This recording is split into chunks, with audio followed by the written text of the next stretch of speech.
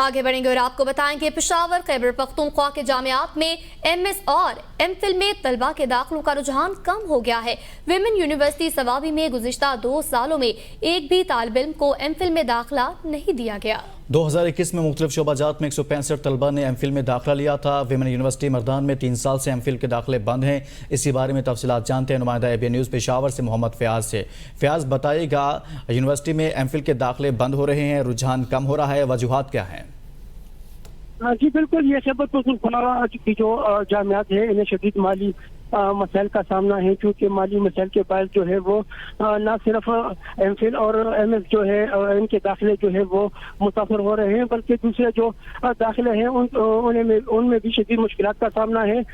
Data کے مطابق women university Swabi میں گزشتہ 2 سال میں ایک بھی طالب علم کو MPhil میں داخلہ نہیں دیا گیا، جس کی وجہ وہی مالی مسائل بتائی جا رہی ہے۔ جبکہ اگر دوسری جامعات کی بات کی جائے تو خوشحال خان خٹک یونیورسٹی ترک میں MPhil کی انرولمنٹ جو ہے وہ انتہائی کم ہو گئی ہے، کیونکہ 98 سیٹیں تھیں یہاں پہ، اب جو ہے 79 تک آ گئی ہے۔ اس کے ساتھ ساتھ ویمن یونیورسٹی مردان میں 3 سال سے MPhil کے داخلے بند ہیں، کیونکہ مختلف یونیورسٹیاں مالی معاملات کی وجہ سے ایسی صورتحال کا سامنا ہے۔ بہت شکریہ، اس حوالے سے محمد فیاض خان پشاور سے بتا رہے تھے۔